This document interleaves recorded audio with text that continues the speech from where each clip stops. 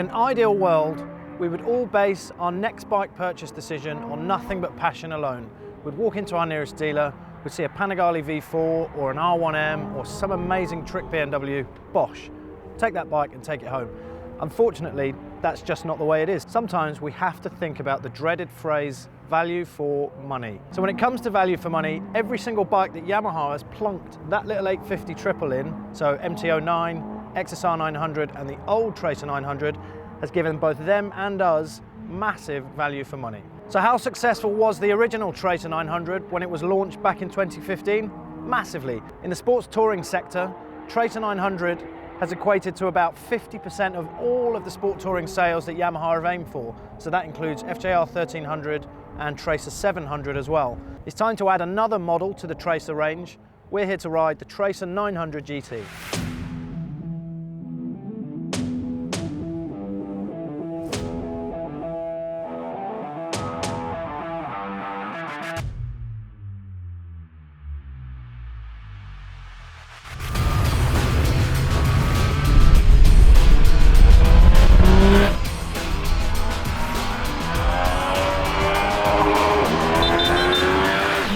You might be wondering why there's a sports touring bike sat on the centre stand at a racetrack. Here we're at Silverstone Stowe Circuit. We bought this bike to a racetrack because racetrack. So we haven't just been riding it at racetrack, we've also been all the way out to Spain and had a ride in Granada.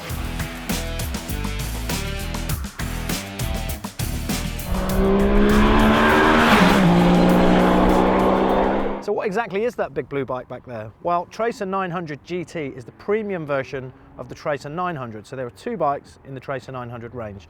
GT offers absolutely everything that you think you can accessorize your way to with the standard bike. So I'm saying for the extra money that you spend, and we'll come to price later on, you get hard luggage, you get heated grips, you get cruise control, you get fully adjustable suspension at the front and adjustable suspension at the rear. You get a TFT dash, you get a quick shifter, all as standard and based on feedback that Yamaha took from existing Tracer 900 owners, exactly the kind of accessories that Tracer owners are looking to add to their bikes. Some of the other changes you may or may not notice when you first look at this bike. The screen now has that one-touch adjustability that multistradas have. If you haven't ever ridden a multistrada, this is me adjusting the screen with one hand. If you're over 6 foot tall, you may still struggle for protection behind this screen. They've completely re-profiled the side edges of it, they've changed the shape, they've made it easier to adjust. Whether or not it offers you any protection, only a test ride will tell. A few other smaller changes that you may or may not spot, those pillion pegs are actually 33mm lower, so your pillion just gets a little bit more leg room to stretch out when they're sat behind you. And also the rider's seat has also gone up by 5mm. There's still 15mm of adjustment, but the seat itself is slightly taller, they've thickened up the padding and they've changed the material that the whole seat is covered in. At 115 horsepower and 87 Nm of torque, the motor remains largely unchanged across the whole MT, XSR, Tracer 9 and Tracer 900 GT series. That's no bad thing. The motor in this bike really is an absolute gem. What you will find on both GT and standard Tracer models is a two-stage traction control system. So you can have 3 modes of traction. You can turn the whole thing off. You can have level 1 or level 2. There are also 3 riding modes to choose from, A, B and standard. Much like any of the other MT series bikes that I've ridden, I just left my bike in standard, knowing that that was the one that suits me. The wheelbase on this bike is 1.5 meters. The swinging arm has been extended by 60mm. I think what Yamaha are aiming to do there is increase the stability. And I know that there are a few owners of Tracer 900 out there who had issues with kind of high-speed head shake and a little bit of steering weave. The way Yamaha have worked around that is by narrowing the bars slightly and raising the whole thing up. Like we said, that seat height has gone up a tiny bit, swing arm's a little bit longer.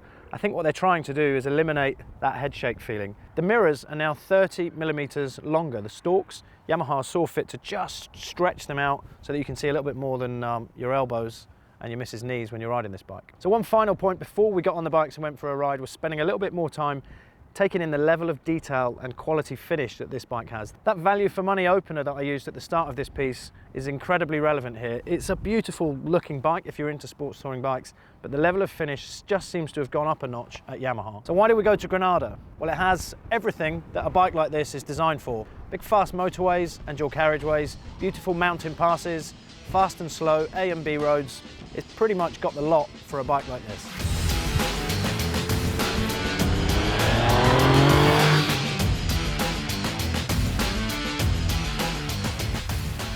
It's hard not to just talk about the motor on this bike. It's so tractable.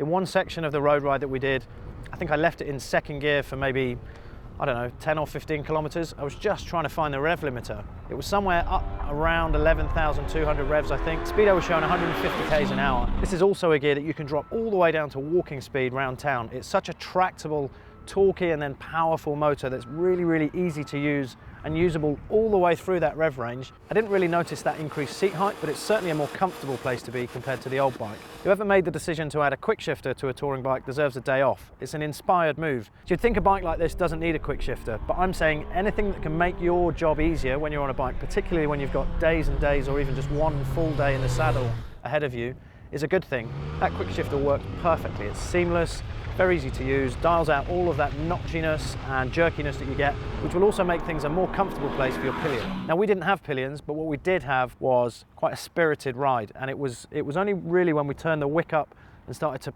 push on, and I hate the phrase push on, but we did start to push on, I noticed that the bike started to move around a little bit on its suspension. You've got to remember what it is and what it's designed to do. It's a sports touring bike. It's not a track day bike. It's not an R6 or an R1. Of course, if you push and push and push, eventually you're going to find the limits. Now, part of what I've been trying to think about how to convey how this bike feels to you when you're riding it very fast is that just slightly loose feeling. When you're changing direction, it takes a little bit longer for the bike to settle on itself because it's got longer legs. It's a sport touring bike. The easiest way for me to get this message across to you is simply by saying that I looked up how fast a giraffe can run. Did you know a giraffe can run at 32 miles an hour? Did you know that a rabbit can run at 29 miles an hour? So a giraffe, as gangly as it looks and everything's flopping around all over the place, is faster than a rabbit. It's a little bit tenuous. What I'm saying is, if you just put up with what this bike is doing, it's just moving around on itself. It's the nature of long-legged bikes like this. It's not that it doesn't have the performance and it can't do what you want it to, it just does it in a different way to other bikes that you may have ridden. So in an ideal world, I would have just slightly wound up the preload at the rear and maybe increase the compression damping at the front. It's adjustable, you can do that. Remember that you can do that. Don't just buy this bike and then moan about the suspension. Get the clickers out, make some changes, make this bike suit you. I didn't get a chance to do it because we had a packed and busy day out in Spain and the conditions were changing all of the time. Lots of rain, lots of dry roads, little bits of everything. So I just left it completely as it came, didn't really have any problem with it at all. The small changes that they've made, particularly to this GT model, they make it feel like a quality piece of kit. The best way to describe it would be, I don't know, value for money. That phrase, there it is again. Talking of value for money, how much do they cost? Well, the standard Tracer 900 is £9,249 and this 900 GT model is £10,649. You may think that's a lot of money, but jump online and compare the spec. Everything that we spoke about that this bike comes with as standard, compared to Kawasaki Versys, BMW GS, Ducati Multistrada. Have a look at exactly what you're getting for your money across all of the bikes in this sector, and you'll see exactly what I'm talking about when I say this bike provides huge value for money. Yamaha have worked incredibly hard to make this bike a more engaging and exciting ride for you when you're on your own, and they've also worked hard to make it a better place for you and your pillion when it comes to touring and big mile trips. Fair play to them. I spent a lot of time asking myself if I could see me riding a bike like this. In that shade of R1 blue, I'm going to say, yeah, I probably could. If I didn't know that the MT10 came with a touring pack, I'd say this is the best sports touring package that you can buy at the minute from Yamaha. So what's it missing? For me, it's just one thing. MT10 SP, R1M, they both have electronically adjustable suspension, something that would work and cross over just as well on track as it would with something like sports touring, particularly when you load your bike up with pillion and pillion luggage and fill your panniers and do all that stuff. If your suspension was electronically adjusting immediately the second that you get on it, I think you might have the perfect sports touring bike. If we think our way back to last year, we tested the existing Tracer 900 back-to-back against the Ducati Multistrada 950. Now, our test that day was all about how the Ducati was worth the extra expense because it made us as riders feel like we were riding something that was a little bit more premium. The quality was a little bit higher than the Tracer 900. This new Tracer 900 GT, I think, would easily be able to go head-to-head with a Multistrada 950, and in my opinion, it's a better place to put your money.